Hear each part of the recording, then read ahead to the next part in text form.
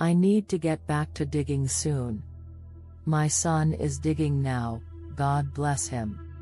He thinks I'm asleep, but that's not going to happen. I haven't slept easy for the last year. And now I don't sleep at all. It was about a year and a half ago that we moved.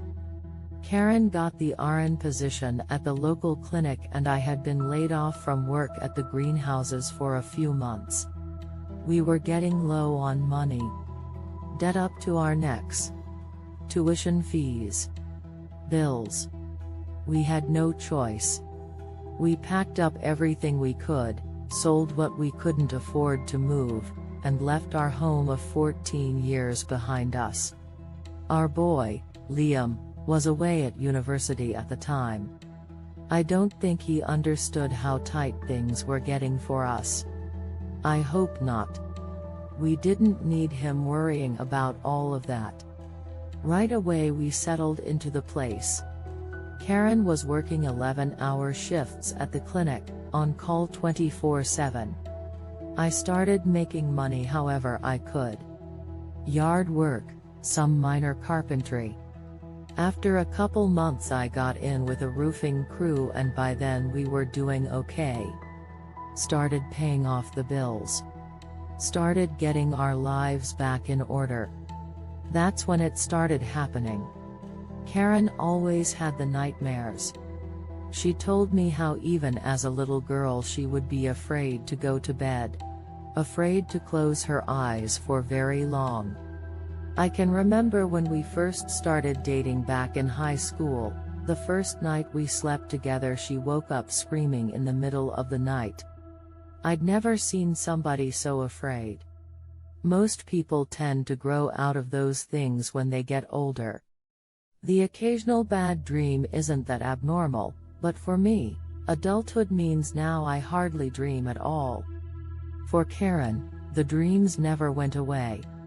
She'd wake up almost every night in a sweat, shaking and out of breath. About 3 years after our marriage she finally took the doctor's advice and went on a sleeping aid.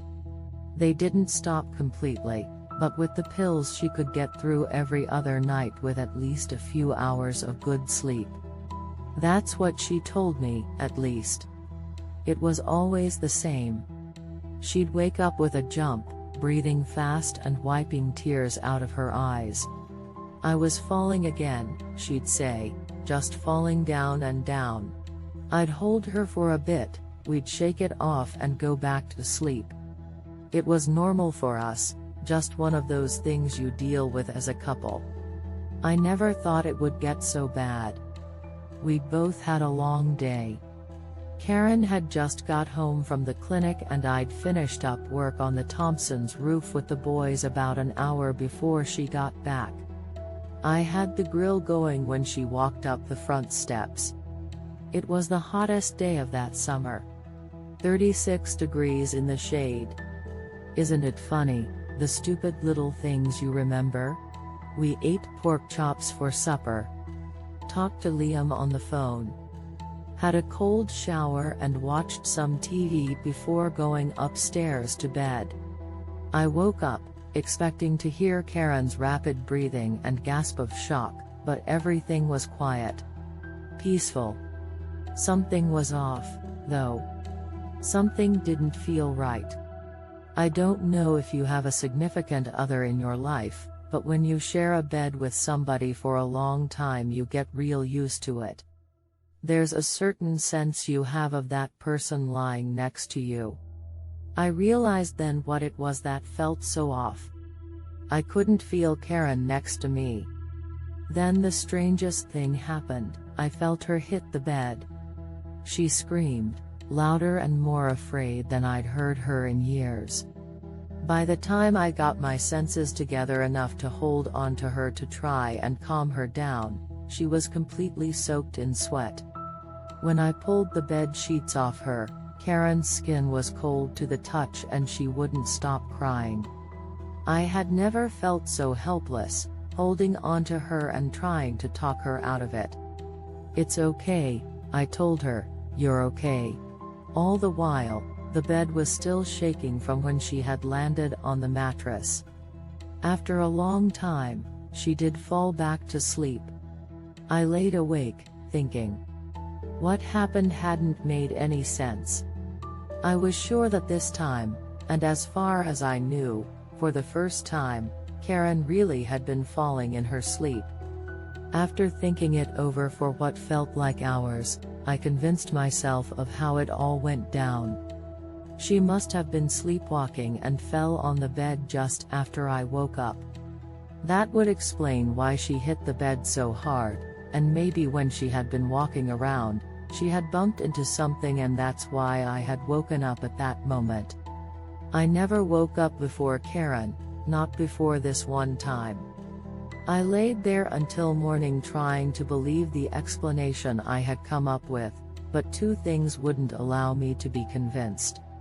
Karen never sleepwalked, and even if she had been that night, how did she get under the sheets so fast after falling into bed? I remember being completely out of it the next day, after getting hardly any sleep and having the incident heavy on my mind. I didn't say anything to Karen about it, but I could tell she knew something was up. That night when we went to bed, I didn't fall asleep as quickly as I usually did. I lay there next to her, feeling the sheets move with her breathing, hearing the rain pattering over the deck outside. That night, she didn't even wake up, and after a few hours, I went to sleep.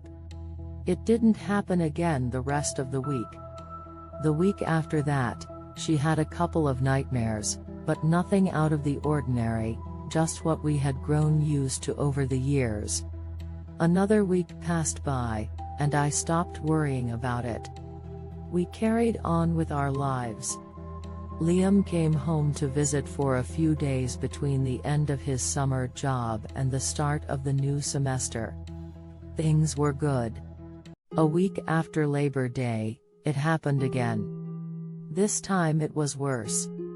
At 4 in the morning I woke up to Karen screaming and shaking around, but again, something was off.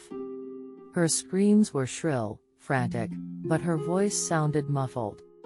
Again, I couldn't feel her lying next to me, and I started crawling around, pulling up the sheets and feeling around for her with no luck. In my freshly woken state, it took me a moment to realize what was happening. Karen's screams were coming from underneath the bed. With the lights on and my senses back, I got her out from under there in a few seconds, but she was in rough shape.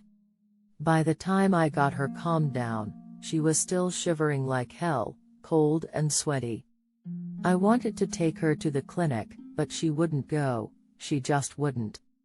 We sat there all night, leaning up against the bed, holding on to each other with the lights turned on. When I started to come down from the shock, I told Karen the first was scared. She told me that she was too. With my wife's new sleepwalking problem, sleep started becoming hard to come by. Most nights I'd end up lying awake until sunrise, unable to keep my eyes shut. Karen would tell me there was nothing to worry about, but of course, I couldn't believe her. Not more than 2 weeks had passed when it happened the next time. Just like before, Karen would end up under the bed in a complete state of shock. I could do nothing but get her out of there as fast as possible and try to calm her down. In November it happened twice. Still, she refused to go see the doctor. The end of November is when I decided to set up the camera. I didn't tell Karen about it at first because I knew she wouldn't allow it. She was determined to try and forget about the incidents, but I couldn't. It felt too strange to write off as a sudden case of sleepwalking, and if that's all it was, at least then I'd know for sure. I borrowed a trail cam from one of the boys in the roofing crew. They'd use it for hunting during the fall. Basically, you set the thing up and if it detects motion, an infrared camera takes a snapshot of whatever's going on. It works in total dark, and will take a picture every 5 seconds as long as there is movement. If Karen was sleepwalking, I'd have to catch it with this thing. I hid it in my work bag, which I kept on my dresser in the bedroom. Each night before bed, while Karen was in the bathroom taking her makeup off, I'd turn on the trail cam and set it up so that the lens pointed out of the open end of the bag.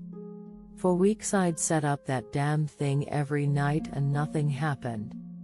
Karen would have her usual nightmares, but nothing like what had happened before. Every morning I'd check the photos and find nothing but a few shots of us rolling over in bed, or the occasional time one of us went to the bathroom. Nothing. I started wondering why I was doing this, but during Christmas break Karen had another incident, and this time the camera was ready. Liam was home for Christmas and we'd all been over to a friend's place for a visit and drinks. Around midnight we got back home and said goodnight to one another before heading upstairs to our bedrooms. I turned on the trail cam, not really expecting anything. At that point it had just become habit. I jumped out of bed as soon as I heard Karen's screams. I turned on the light and rushed back to the bed, ready to reach in and pull her out, my heart pounding in my chest. I got down on my hands and knees but realized after a moment that she wasn't there. The space under the bed was empty. That's when Liam came into the room. His face was a mixture of confusion and shock. He said, "Dad, what's going on?" I couldn't speak, I couldn't think. I realized then that Karen's screaming was coming from outside the bedroom. She sounded like she was downstairs somewhere.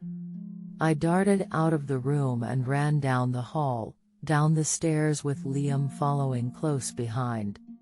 We found her lying in the middle of the kitchen floor, clutching her bloody left arm to her chest. She was sobbing, screaming in terror and unable to get up off the floor. When I went to her I saw the bone jutting out of her forearm. Instinct kicked in. I picked her up in my arms, Liam grabbed the keys and together we got her into the truck and were rushing up the clinic steps in under 10 minutes. The rest of the night was hectic. After checking out her arm, the doctor got us on the ambulance to the city. Liam rode in the back with his mom, I followed them in the truck. Longest goddamned 4-hour drive of my life. At the hospital they fixed her arm, and found 3 broken ribs as well, all on her left side. The verdict was pretty clear, she must have fallen while sleepwalking. But even the doctor at the hospital had to agree with me that it was an awful lot of damage for such a simple fall. His reasoning? He said she must have climbed up on the kitchen counter and jumped off. Liam had so many questions. I didn't know what to tell him, so I told him the lie we'd been telling ourselves for the last half a year. "Your mom's been sleepwalking a lot lately," I told him. "Don't worry, we've got it under control," I told him. I didn't look at the photos until after he'd gone back for the winter semester. I didn't want to look at them, even then. I was scared too. There were 20 pictures taken that night. 3 of Karen walking in the room and getting into bed. 2 of me and Karen rolling over. 12 of Liam and I in the bedroom until we ran out. There were 3 pictures from before I woke up that scared the living hell out of me, and those are why I told Karen about the trail cam. The first picture showed me and Karen lying side by side in bed, blankets up to our chins, peacefully sleeping. The next showed us in the exact same positions, me on my right side, Karen on her left, but she appeared to be floating about a foot above the bed. In the next picture, she was gone. I realized then what I had been too unnerved to notice at the time of the incident. The place we found Karen in the kitchen is directly below our bed upstairs. She wasn't happy when I told her I'd been spying on us for months. Karen doesn't get mad often, but when she does, it's not something you want to be around for. Finally, though, I convinced her to look at the pictures. She cried for hours, and I with her. We took no chances after that. From that day on, Karen and I slept in shifts, each staying awake to watch the other. That was our promise to one another. I'm not sure I ever really slept, though. I was too afraid Karen would fall asleep as well, and then without me watching, it would happen again. I had a fear that I refused to voice to Karen, that I was too afraid to even think to myself about for more than a moment. Karen had somehow fallen through a whole story of our house and broken a few bones. We also had a basement below that level. If the fall to the kitchen floor 10 feet below had broken her arm, what would a 20-foot fall do? The basement floor was solid, unfinished concrete. Even now, after all that's happened, I can't think about that. We kept it up, sleeping in turns. I would watch Karen for the first 4 hours, and then she would watch me. We lived like that for 8 months. Constantly tired, constantly afraid. We stopped going out, stopped talking to people. I don't know how many times I damn near fell off the edge of somebody's roof from exhaustion. I don't know how Karen kept it up. She was always the stronger one. We promised to one another that we'd get through it, that this thing wouldn't destroy us. God, what I wouldn't give to go back and change things. But it's too late for that. I failed her. It's all my fault. It was almost 2:30 in the morning. There were only about 5 minutes left before the alarm would go off and we'd switch places. Karen would get up and I'd lie down. It was warm. It was quiet. She was lying on her left side, like she always did, breathing softly. I remember thinking that, from my angle, it looked like she was smiling. My back was aching, and I leaned back against the headboard for just a moment to rest it. I closed my eyes and let myself relax for the first time in a long time. Karen's alarm woke me, and she wasn't there.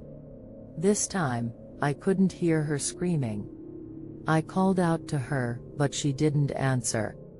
She wasn't under the bed, and she wasn't downstairs in the kitchen. I ran all through the house, screaming, yelling out to her, praying that I'd turn a corner and there she'd be, just coming back from getting a glass of water or using the bathroom. She wasn't anywhere in the first or second story of the house, and that left only one place to look. I opened the basement door, and went down. Karen wasn't there, either. For a few seconds, I felt relief. Just a few seconds. After that, I fell to the floor and lost myself.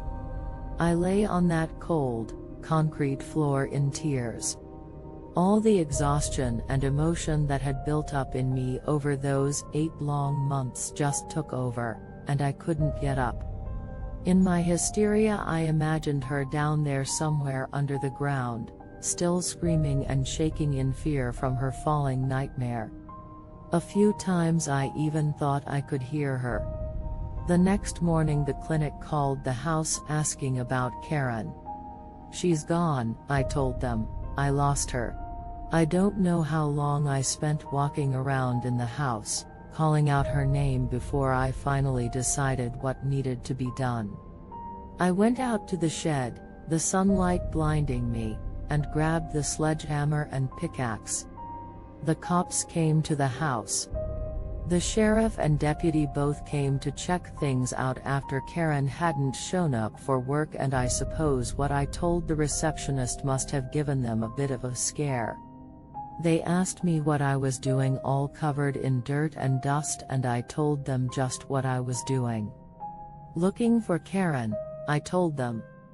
Now, I get it. They thought I killed her. That's why they asked to come in. That's why they wanted me to show them around the house. I showed them every room, every corner, every closet. I showed them the pictures from the trail cam. I took them to the basement and showed them my work. It had taken me nearly the entire day to break through the concrete and get it cleared away.